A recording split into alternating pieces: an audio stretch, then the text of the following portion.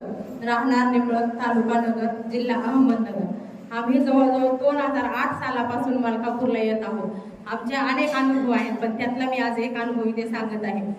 गेल्या 1.5 महिन्यामध्ये आमची गाय जी व्यायला होती, डॉक्टरांनी सांगितलं की तिच्या पोटामध्ये लोखंड आहे आणि ऑपरेशन करूनही ही गाय जगणार नाही। त्यानंतर आई आणि वडील दोघेही मलकापूरला आले, महाराजांचा आशीर्वाद आणि प्रसाद घेतला। तेथे आल्यानंतर त्यांनी गायीला प्रसाद चारला। त्या गायीच्या पोटामध्ये लोखंड निघून गेले। आज ती गाय व्याली आणि दूधही देत आहे। टाळ्याच्या गजरामध्ये आतापर्यंत आपण माणसाचे अनुभव ऐकले, पण ही ताई अनुभव सांगते जनावरांचा आहे। ती सांगते की डॉक्टरांनी पोटामध्ये लोखंड आहे असं सांगितलं होतं, ही गाय जगू शकत नाही हे पण त्यांनी सांगितलं। परंतु ते आई वडील त्याने आशीर्वाद घेतला, तो प्रसाद नेलेला गायीला पेटीमध्ये चालला।